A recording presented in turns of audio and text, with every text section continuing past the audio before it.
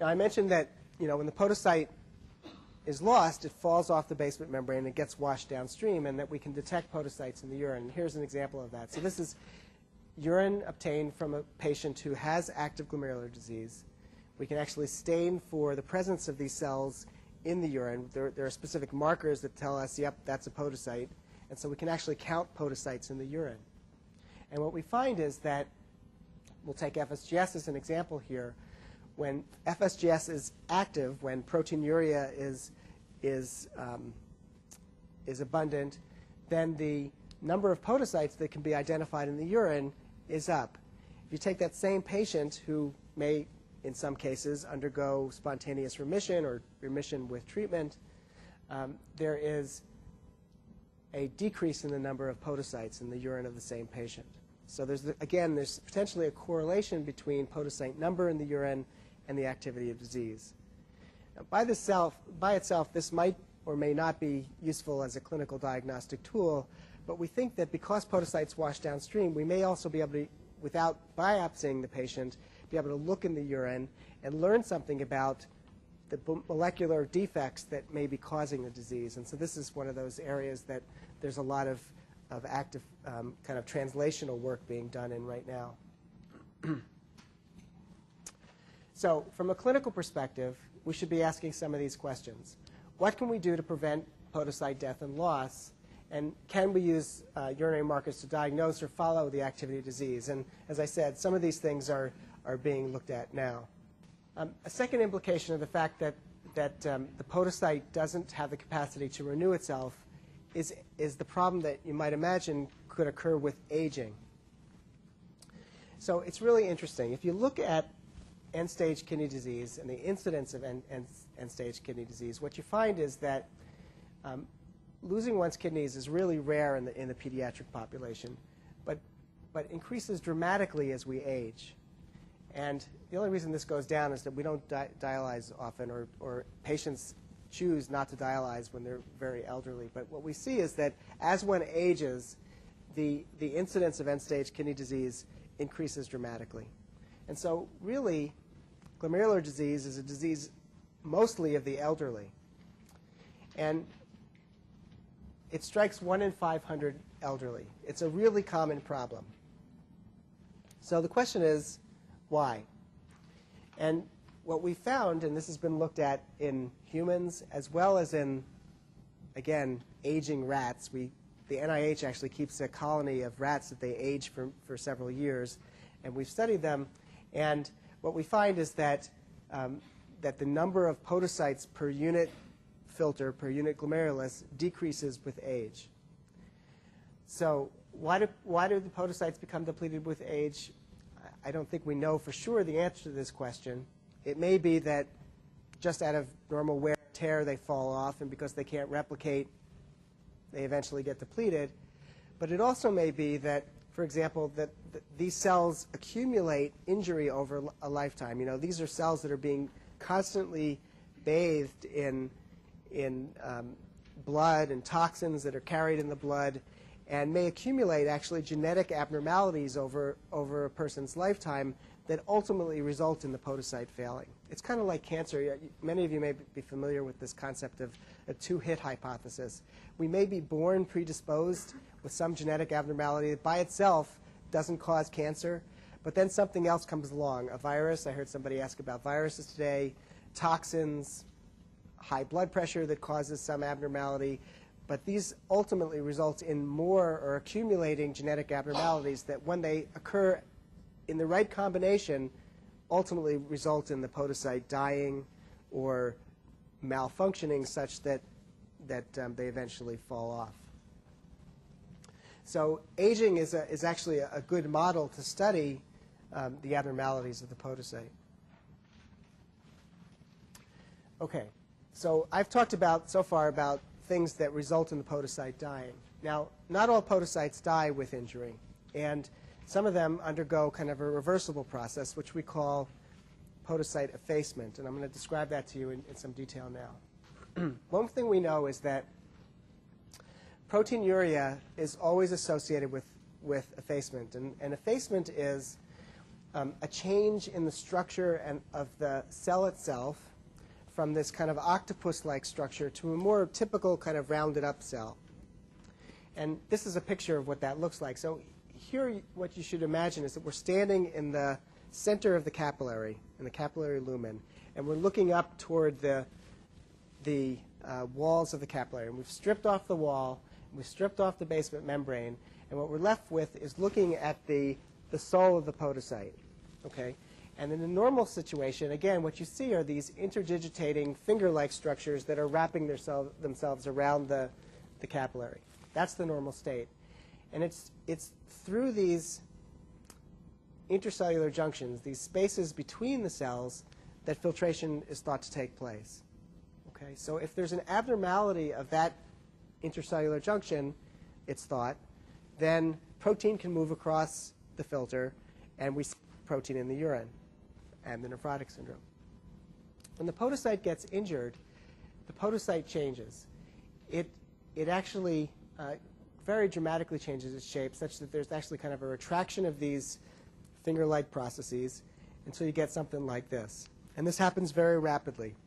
This is an animal model in which the whole process takes 96 hours, but we have other models in which we can get it to take place in 15 minutes.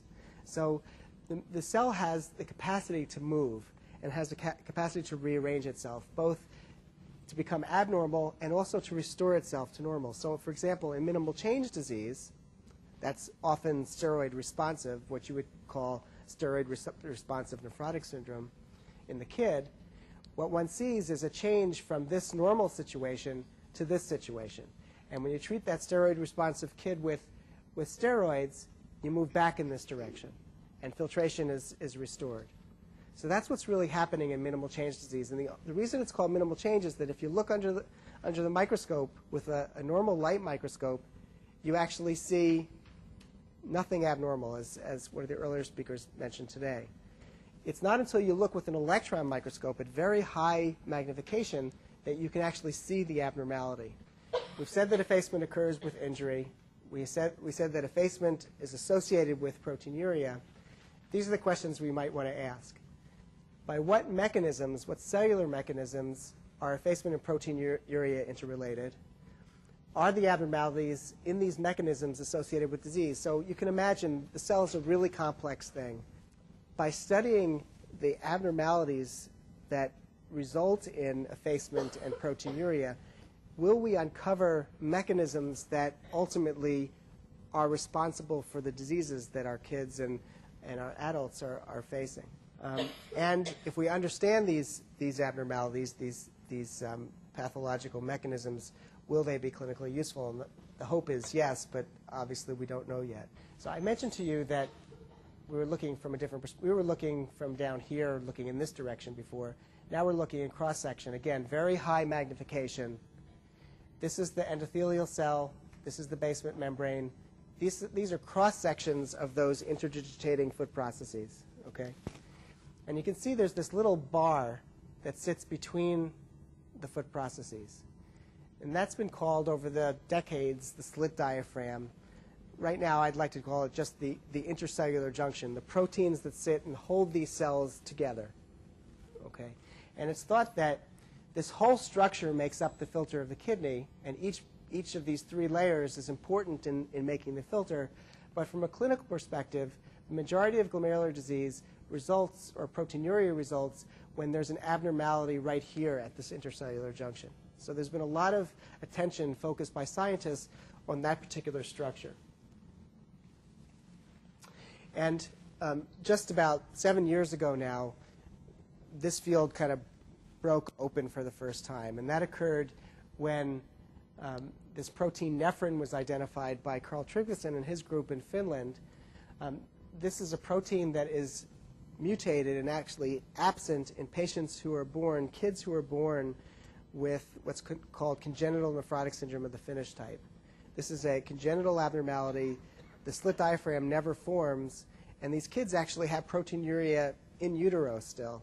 And they're born, from the day they're born, they're spilling protein like crazy, and the way that they're made to survive is actually to take out their kidneys and start them on dialysis and give them a kidney as soon as they can get a kidney. So anyway, nephrin, turns out, was a key finding because it turned out to sit right here at this bar-like structure at the intercellular junction. And that was the first protein that had ever been described specifically to sit at the intercellular junction of the slit diaphragm. So finding nephrin allowed us to do a number of things. Again, it was the first protein that was found to be podocyte specific. It was the first protein component of the slit diaphragm to be identified. And kind of most intriguing was that taking out this one protein resulted in proteinuria and in foot process effacement, suggesting that there was a biological relationship between the proteins that sit at the intercellular junction and the proteins that govern the structure of the cell, that give one the normal structure or the effaced structure of the cell. So the protein looks something like this. Again, it sits right at the intercellular junction. It's got part of its structure inside the cell and a big part of it outside the cell. And people started looking at this and said, boy, this is really neat. You know, for 30 years we've been looking at the structure of this thing. We've used all our best microscopes to look at it, and we've noticed that there's this kind of ladder-like structure. We're now kind of grazing this bar-like structure, and we see this ladder-like structure, and they diagrammed it like this and said, isn't this cool? You know, there are these pores here. Is this the filter of the kidney? You know, it's kind of like a sieve. You know, some things can pass because they're small enough to get through the holes. Some things can't. Is this the filter? It probably isn't, but it started people thinking, and so people said, okay, we've identified nephrin. Maybe it's nephrin that's giving us this ladder-like structure that we've seen for years by electron microscopy. Maybe this protein binds to itself across this intercellular junction and forms this pore-like structure that is the filter of the kidney. Well, as it turns out, it wasn't nearly that simple. Nothing ever is in biology. And we're still working very hard on trying to even identify all the components, all the proteins that sit at this site. But there's been a lot of work done here. A lot of people have kind of, as I said, piled on. And a lot of progress has been made. And we now know that there's a large complex of proteins that sit at the intercellular junction that are involved in maintaining the filter capacity of this cell and also in maintaining its structure. And the really kind of amazing thing about this whole story is that as each one of these additional components have been identified, and we looked either at humans or if we mutated these proteins in mice, all of them, almost all of them now, that have been identified at this site result in the same thing, proteinuria or effacement when they're abnormal.